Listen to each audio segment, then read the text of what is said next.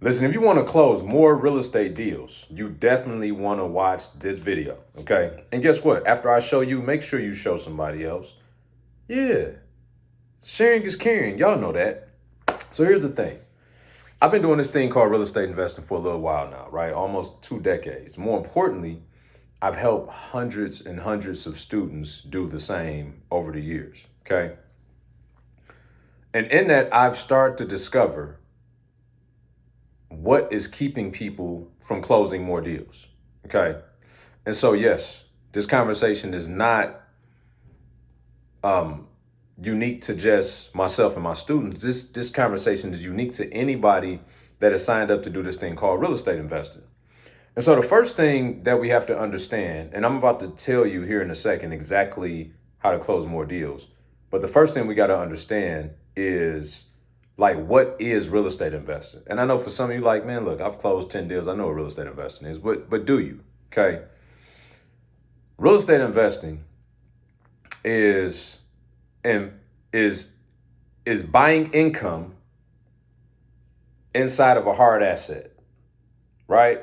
We're buying income inside of a hard asset. What do I mean? So if I were to invest $100,000 into a deal, I'm investing it into this deal because this deal is going to bring me a return of $15,000 at the end of the year. So it's going to bring me a 15% return on my investment. So I'm buying income that happens to be situated in a tangible asset called real estate. Now, as it pertains to values in real estate, it's subjective, right? Because the bottom line is the real estate is only worth what a buyer is willing to pay. The real estate is only worth what a buyer is willing to pay.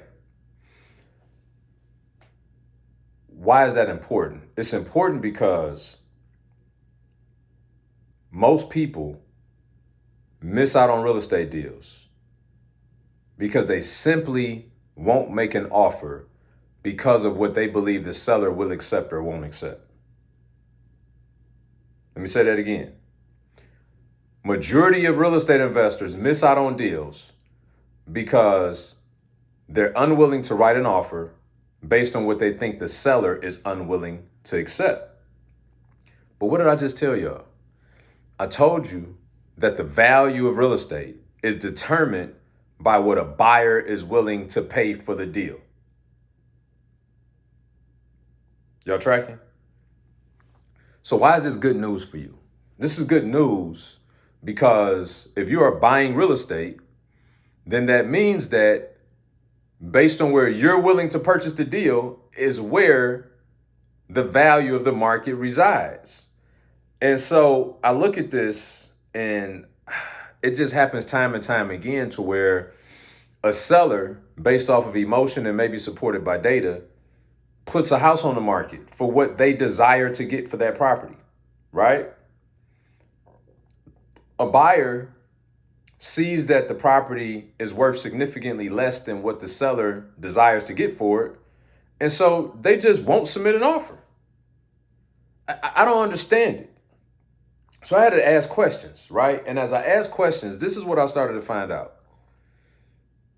Investors felt like it was insulting to make an offer to a seller that is below the value of what the seller believes the value is.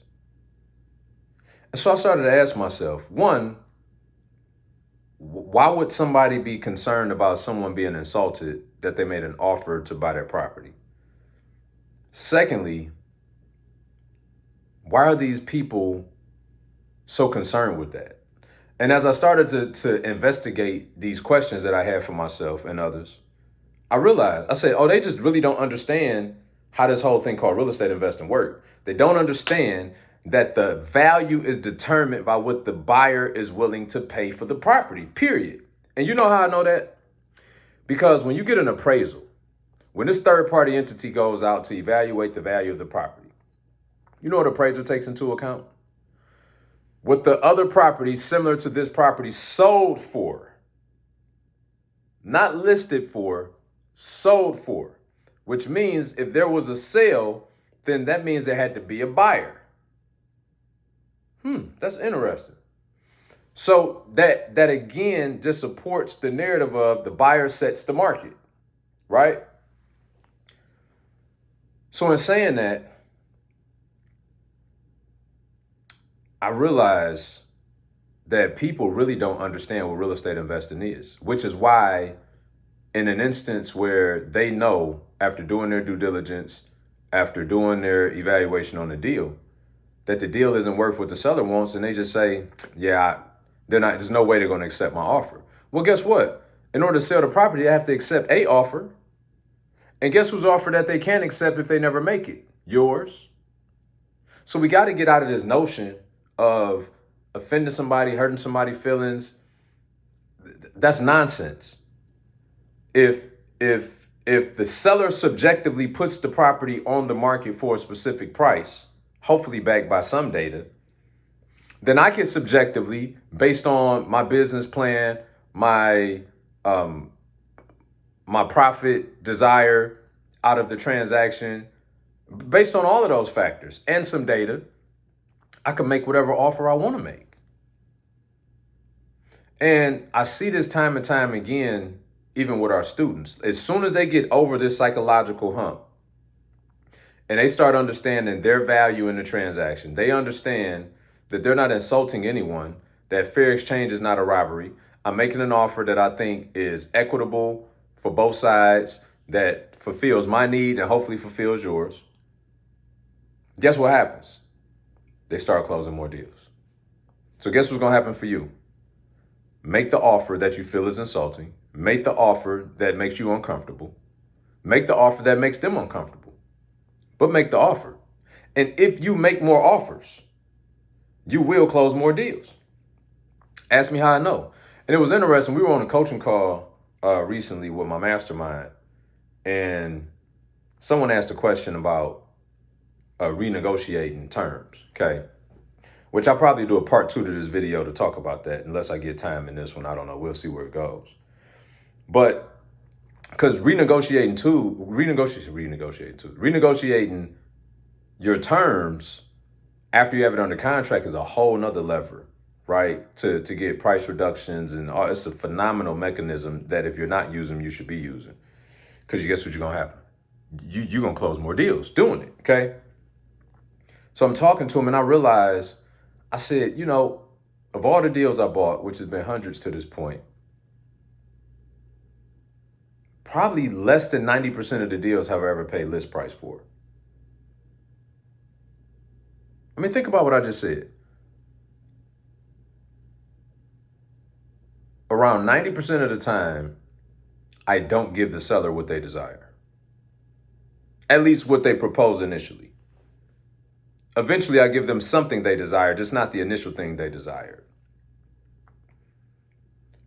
And when you look at that and you look at, doing over 100 fix and flips and owning over 100 commercial multifamily units and over 100 wholesale deals, like how do you do that much deal flow? Well, it's because you become habitual about making the offer that makes sense and let the chips fall where they may.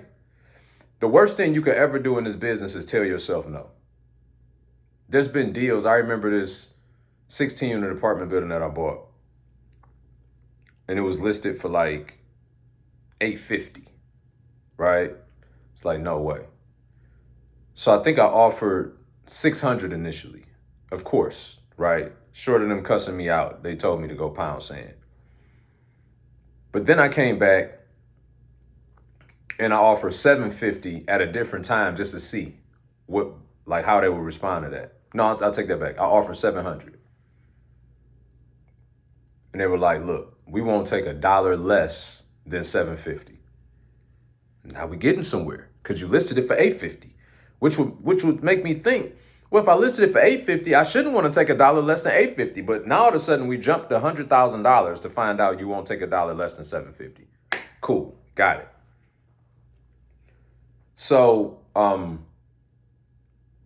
I still wasn't paying $750, by the way, right? Because although 6 was just kind of a checking their temperature number, I mean, I also wanted it for the least amount that I could pay for it, right? So I ended up, I'm trying to think, where did we buy that building at? We bought it at, So this what happened. So about 6 months go by, right? I'm buying, I'm not paying no attention. I bought like 60 something units that year. So I'm still willing and dealing, doing my thing. I come back and I see this thing back on the market. Or maybe it never even left the market. So I tell my agent, I say, so listen, I said, go back in at 650. So now they saying that they wouldn't take $1 less than 700. So I told them, I said, check this out. So here's what we're gonna do. 650 is my final offer. And if that don't work for you, that's okay. But that's what worked for me. And they were so stubborn and they tried to get me to put up like a $50,000 earnest money deposit and just all this nonsense. And I'm like, listen, are y'all interested in selling the building or collecting an EMD? I got all these other deals going on. I give y'all a $10,000 earnest money deposit, which is more than enough. Are you trying to sell the building or not? They were so stubborn. Y'all know how much they sold it to me for? $660. They just couldn't let me get my 650 number. So they ended up selling it to me for $660,000 and the rest is history. But the number started out at $849.9. So what would have happened if I'd have been like, they never entertained my offer? You know what? I'd have been right. They wouldn't have ever entertained my offer because they never would have saw it. And so my encouragement to all of you, and I'm going to do a part 2 to talk about how to operate with the price reduction mechanism, right? That's a lever that all of you should be pulling in your transactions for better negotiation leverage. But my encouragement to all of you right now is whatever number that you think in your mind doesn't make sense, make the offer. And guess what? Maybe the number don't make sense because you're not evaluating your deals properly, okay? But you can also figure that out through collecting data. No's are data. It's telling us what's not working so that we can evaluate what are we doing that's not working so we can change those things to find something that does work, right? So no's are not bad, but you just don't want to make a chronic habit of getting no's without actually internalizing why are you getting them so you can make the adjustments necessary to get some yeses. That's the way it go, okay? So again, stop overthinking it. Make the offer that makes sense. Make sure you're running your comps correctly. Make sure you're doing your rehab evaluation appropriately. And if you're doing those things and you're like, no, the number is this, then let that be your number, okay? Shoot your shot and let all the chips fall where they may. Some of you are out there right now starving to get a deal only because you're talking yourself out of it. Stop talking yourself out of it. Shoot your shot, all right? If this was helpful, hit that notification bell so that you know when I'm dropping more of this content. And share this with someone. I helped you, so help them. I'll see y'all in the next one.